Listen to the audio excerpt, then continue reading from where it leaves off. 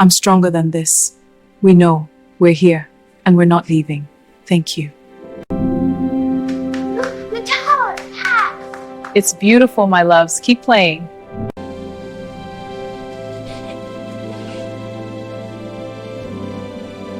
For 2 days after Orlando's reckless act of driving the brand new Mercedes-Benz straight into the swimming pool, Christy moved silently through her home like a shadow, performing her usual routines, cooking meals, tidying the house, taking the children to school, while internally, her patience had cracked and hardened into quiet determination. Orlando, on the other hand, seemed oblivious, walking through the house as if nothing had happened, laughing at the absence of the car as though her joy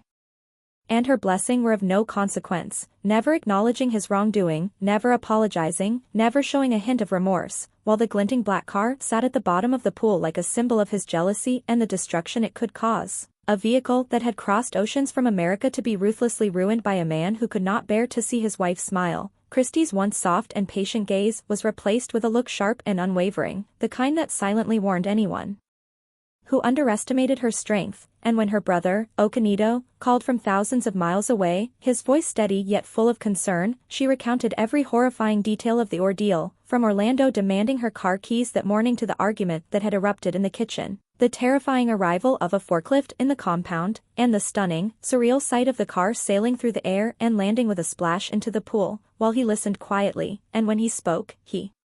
advised her to pack her children and leave immediately, assuring her he would handle everything else. Christy, though shaken, refused, her heart anchored in hope that Orlando could change, insisting that she had chosen him and would not abandon her marriage despite the dangerous proof of his jealousy. And yet her resolve did not escape the careful observation of her brother, who quietly arranged for Daniel and Kendra to come and remove the car, loading it onto a truck and taking it to her mother's compound in the village, while Orlando, returning home that evening, laughed in relief at the absence of the car, revealing a perverse satisfaction at the removal of what had once been a blessing in his wife's life. And as life seemingly returned to normal, the children attending school, Christy managing the house, Orlando going to work, the undercurrent of tension persisted, as Orlando's mind never rested, gnawed by fear that Okanito's generosity and gifts to Christy might elevate her beyond his control. He began spending time with his friend Aka, a sly man of questionable morals, who listened carefully as Orlando recounted the story of the car, the house, the money flowing from America, and the rising influence of Christie's brother, and then, with a sinister glint in his eyes, suggested a plan that would satisfy Orlando's envy while enriching them both: kidnap Christie, demand ransom, and play the part of the worried husband, an idea that, at first, seemed unthinkable but settled comfortably into Orlando's mind as each day passed, growing from thought to intent, until the opportunity presented itself naturally, without effort, like fate itself conspiring with Orlando's dark desire. And when that Saturday arrived, Christy, unaware of the danger that had infiltrated her life, dropped the children at school and walked home along the familiar estate road, the morning pale and quiet, oblivious to the dark car lying in wait and the men who would abduct her in seconds. While Orlando, feigning leisure at home, watched with predatory anticipation, orchestrating a crime against the woman he had vowed to protect, unaware that each action he took would mark the beginning of a reckoning, a confrontation between the strength of a woman's courage and the destructive envy of a man. A story of betrayal and resilience that would test the limits of marriage, family loyalty, and moral courage, and set the stage for Christie's journey of survival, empowerment, and ultimate restoration, proving that even in the face of jealousy and danger, a person's spirit can remain unbroken, and those who attempt to diminish another's light may find themselves eclipsed by the very strength they sought to suppress. A lesson both terrifying and redemptive, and the first step in a journey that would reveal who Orlando truly was, who Christie truly was, and what it meant to rise above the forces determined to crush hope, freedom, and love. Christie's life, once a calm rhythm of home, work, and family, now carried an undercurrent of unease as Orlando's envy grew like a shadow across every corner of their home, his every glance at her tinged with silent resentment, his mind consumed not by love but by fear of her rising above him. And while she remained unaware of the storm gathering in the depths of her husband's conscience, her brother Okanito, thousands of miles away in America, watched over her with quiet vigilance, sending money, guidance, and reassurance to ensure her projects, her safety, and her spirit remained intact. But each act of generosity fueled Orlando's paranoia, making him feel smaller and increasingly desperate, until one evening, in a dimly lit bar by the waterfront, Orlando laid bare his anxieties to Aka, a man of sly intellect and morally twisted ingenuity, who listened with a smile that suggested he had long awaited such an opportunity, and as Orlando described how the Mercedes-Benz had been destroyed, how Christie's life seemed to bloom despite his efforts, and how her brother's influence was creeping into their household, Aka's eyes gleamed with possibilities dark and dangerous, weaving a plan that promised to satisfy Orlando's envy while lining their pockets with unimaginable wealth. A scheme that involved kidnapping Christie, demanding an outrageous ransom, and positioning Orlando as the unsuspecting, grieving husband, a plot so audacious that it seemed almost unreal, and yet, to Orlando, it felt like salvation, a way to reclaim control over a life that increasingly slipped beyond his grasp, and in the following days, the thought embedded itself into his mind like a persistent pulse, quiet at first but growing louder with every passing moment, until every mundane activity, every breakfast, every casual glance from Christie, became a reminder of the opportunity lying before him, and when Saturday arrived, the plan moved from thought to action without hesitation. Christie, blissfully unaware, dressed the children in their uniforms, double-checked their bags, and walked them to school along the familiar estate road, her mind occupied with planning her brother's house project, selecting engineers, and imagining the foundation being laid with Okanito's money, while Orlando, feigning leisure at home, positioned himself as the perfect husband, watching, waiting, and orchestrating the abduction with precision born of jealousy and fear, as two men, briefed and coordinated by Orlando and his unscrupulous friend, hid in a dark car, engine off, ready to snatch her in a heartbeat, and as Christie returned home along the quiet stretch of road, the morning sun pale and the streets almost deserted after the night's rain, the car moved with quiet inevitability, the back doors opening like jaws of a trap, hands grabbing her before she could even comprehend, and within moments, she was inside, muffled, blind to the world she had known, her body and mind shocked at the betrayal of the man she had loved and defended, while Orlando, a few streets away, watched every detail unfold as though he were playing a part in a dark theater, a grim performance in which he was both actor and director, yet entirely blind to the resilience building inside Christie as fear sharpened her senses, focused her mind, and awakened the courage that had long been latent within her. Tied, confined, and forced into a room in a half-finished building on the outskirts, she listened, memorized details, and observed patterns, recognizing that even in captivity, knowledge could be her weapon, as the kidnappers revealed more than they intended, believing a bound woman was powerless and unaware, a mistake that would later unravel Orlando's carefully laid plan. And while they spoke casually about ransom, money transfers, and instructions, Christie's mind calculated every step, noting names, features, habits, and weaknesses, all while building a quiet resolve to survive, escape, and expose the betrayal of the man who had sworn to protect her, a plan that would transform her fear into strategy, her helplessness into agency, and set the foundation for her journey from victim to victor, proving that no scheme born of envy, greed, or control could ever suppress the strength and spirit of a woman determined to reclaim her life, her dignity, and her future. When Christie's world turned upside down that Saturday morning, the cold grip of fear wrapped around her like iron chains as the men dragged her into the darkened car, her mind racing yet instinctively calculating every detail of her surroundings, the crunch of wet leaves beneath their feet, the hurried, whispered instructions between the kidnappers, the muffled shouts of her children fading behind her, and though terror clawed at her chest, her father's lessons and her own inner resilience ignited a quiet, burning determination that she would survive, that she would not allow Orlando's jealousy and the greed of accomplices like Aka to define her destiny. As the car sped through the empty estate roads, turning corners and dipping down narrow paths she had walked many times yet now saw with sharp, fearful clarity, and when they finally brought her to the locked room of the half-finished building on the outskirts of the city, the walls bare concrete, the air thick with dust and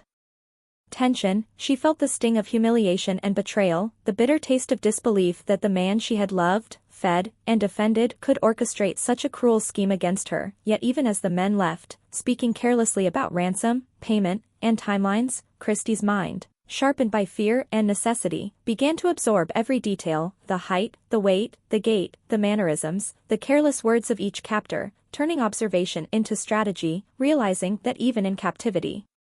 she had power, that every misstep they made could become her key to freedom, and as night fell, she endured the physical pain of rough treatment, the exhaustion of being forced into submission, yet in every scream stifled in the dark bush outside, every sob swallowed by the shadows, She clung to the truth that fear was temporary, courage eternal, and that she could outlast them if she remained calm, vigilant, and resourceful, and when a moment came, a subtle scrape of her shoes on concrete, a careless glance from Bulma, the tall man with the gap-toothed smile, Christy seized it, pressing herself against the cold wall, controlling her breathing, hiding in plain sight as the night deepened, the sky dark but for a few stars peeking through the clouds. Her body aching with every movement, yet her mind laser-focused on escape, slowly rolling, moving between the roots of massive trees, the earth cold and damp against her skin, each step a careful calculation, until she found a narrow space between two thick roots, the perfect concealment from her captors and the world, and there she rested, pressed against the trunk, muscles trembling yet resolved, heart racing yet steady in her resolve, listening intently for every sound, the snap of a twig, the faint rustle of leaves, the distant engine hum, the cadence of human footsteps moving past her, oblivious to her presence, and as the hours passed, the rain came, real, cleansing, cold drops striking her forehead, her cheeks, her lips, grounding her in reality, reviving her spirit and giving her the resolve to rise again, to act, to reclaim her life, and as dawn painted the horizon pale and gray, she assessed her situation calmly, noting the vulnerabilities of the captors, the layout of the surrounding bushes, the route she had to take to reach safety, and the allies she could trust, all while plotting not just escape, but exposure, so that the man who had orchestrated this horror, the husband she had once defended, would face the consequences of his envy and cruelty. And when Daniel and Kendra, Okanido's loyal friends, arrived at the bush track, calling her name with the same warmth and familiarity she had felt when they had pulled her car from the pool, Christy responded with a weak but purposeful call, letting them guide her, steadying herself as they lifted her from the ground, careful and gentle, carrying her towards safety, and in that moment, the weight of betrayal, fear, and exhaustion transformed into a surge of determination, a recognition that despite Orlando's malicious plan, despite the kidnappers, despite the near-death experience, she was still alive, still breathing, still capable, and with the protection and love of her family reaching across oceans, Christy realized that the power of resilience, intelligence, and faith could overcome even the most calculated human cruelty, that every attempt to diminish her strength had only made her sharper, wiser, and more aware, and as they drove her to the hospital, she began the slow, steady process of reclaiming her life, her voice, her agency, and her sense of self, a journey that would lead her not only to survive, but to rise, to rebuild, and to ensure that those who had tried to control her would never again have the power to do so.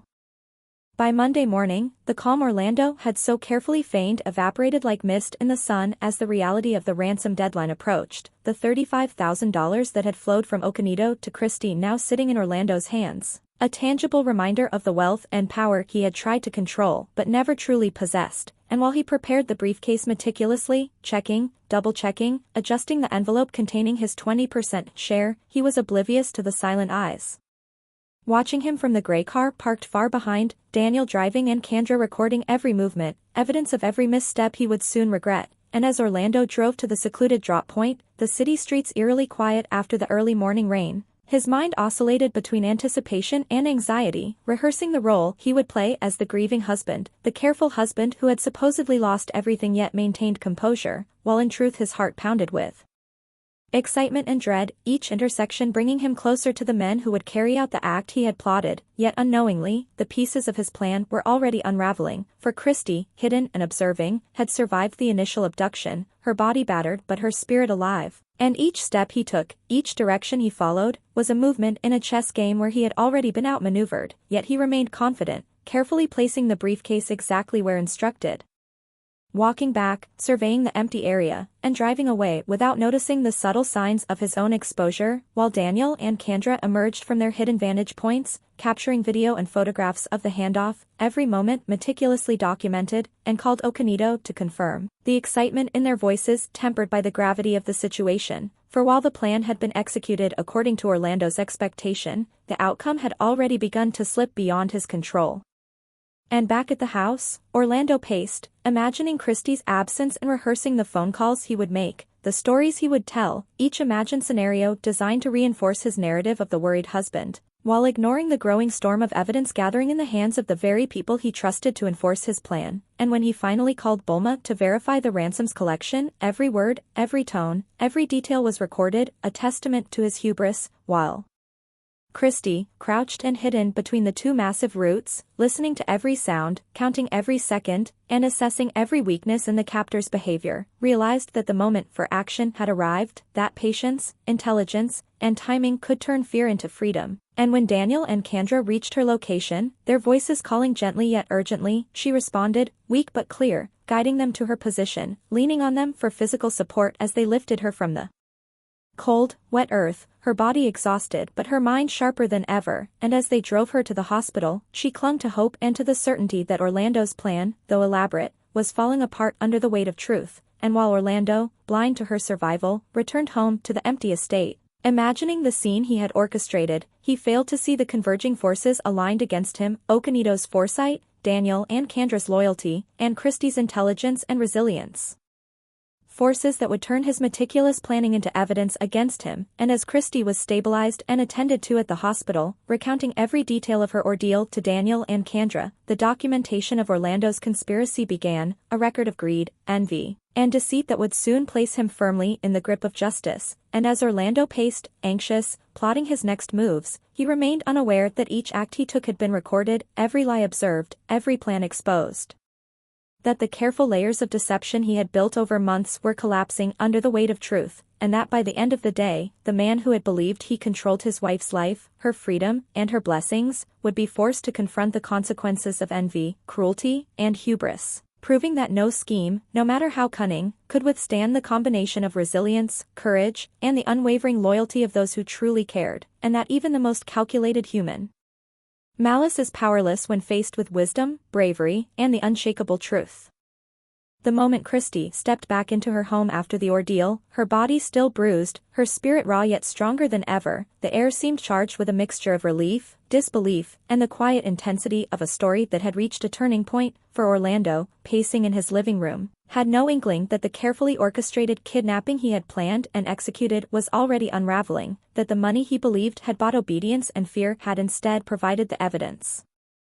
for his undoing. And as Christie, supported by Daniel and Kendra, walked through the familiar doors, each step deliberate, measured, she carried not only herself but the weight of truth and resilience, the knowledge that even the most intimate betrayal could not crush her. And while her body ached from the physical strain of the abduction, every muscle sore from resisting and surviving, her mind was a fortress of clarity, cataloging every detail she had observed, every misstep, every voice,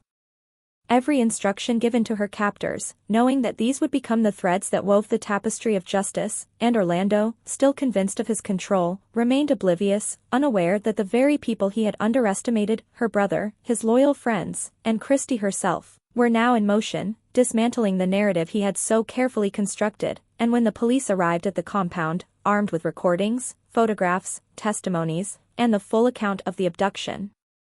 orchestrated by Orlando, the quiet authority in their steps and commands immediately shifted the balance of power, leaving Orlando stunned, bewildered, and exposed, as officers recounted each violation, each lie, each instance of greed and jealousy that had led to the conspiracy. And as Christie gave her statement in the hospital, recounting the meticulous planning, the phone calls, the instructions to the kidnappers, the surveillance, and every detail she had endured, the evidence became undeniable, unassailable, and Orlando's carefully curated facade of the grieving husband crumbled entirely, revealing the cold calculation behind his actions, the envy that had driven him to destroy blessings he could not bear to see in his wife's hands. And the courtroom, when the trial began, became the stage where justice and truth collided, the judge, witnesses, recordings, and documentation presenting a full account of a man who had sought to manipulate, control, and terrorize the woman he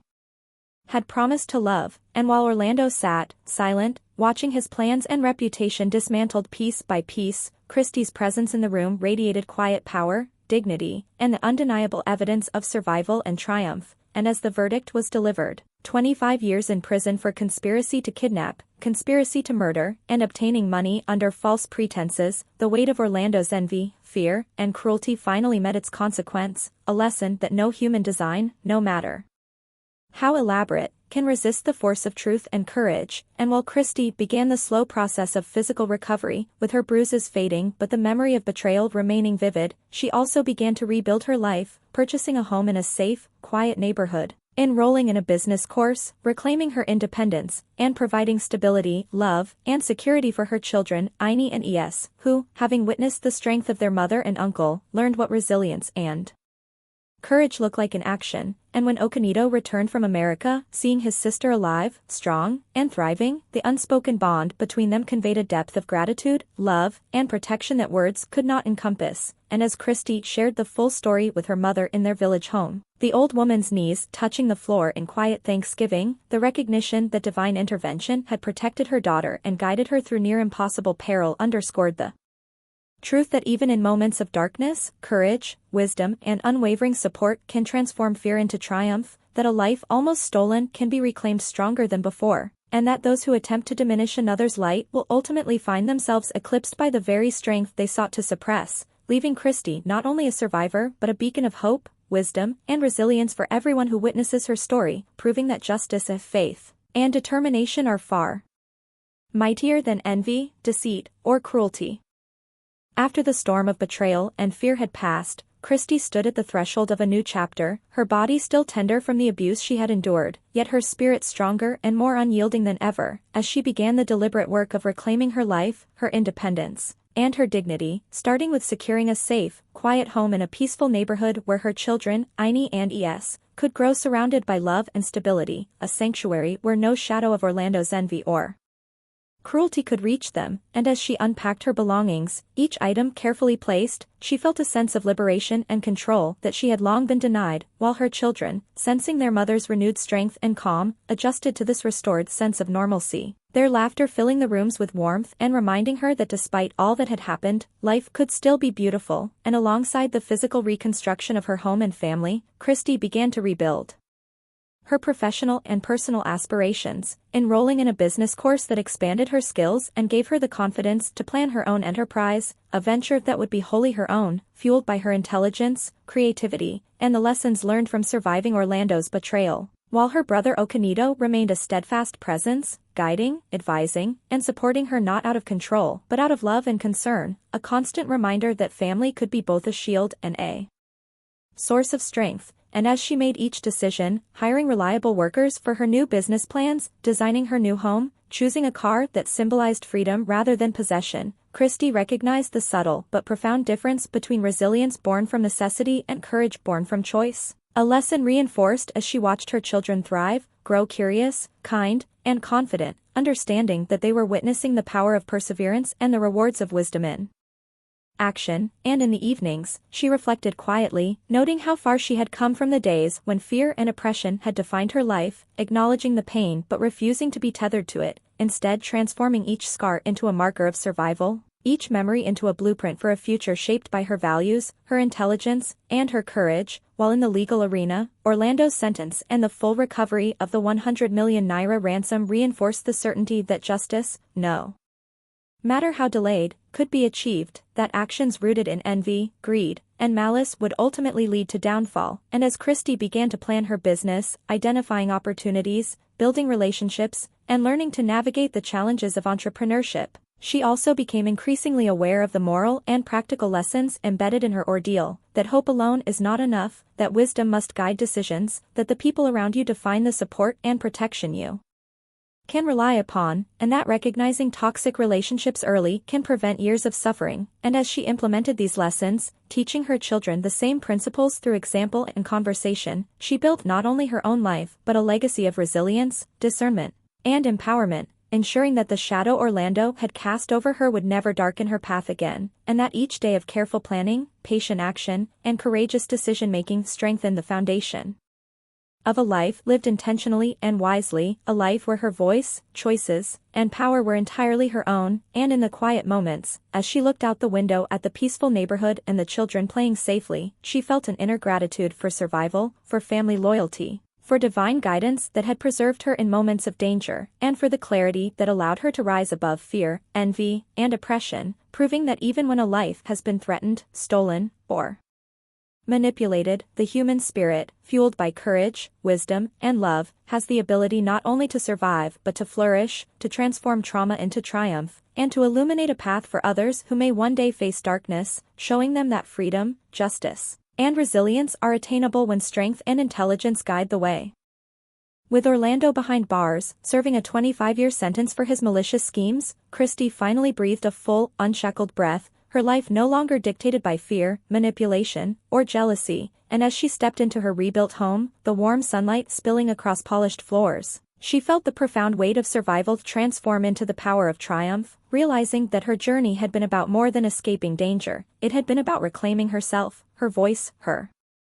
agency, and the ability to decide her own destiny. And as she watched Ine and Es thrive in a household now filled with love, guidance, and protection, she understood that the scars of the past were not marks of weakness, but badges of resilience. Lessons embedded in flesh and memory that would guide her in raising children who knew the meaning of courage and discernment. And with Okanito's support and the recovered 100 million naira, Christy began to build not only a home but a legacy.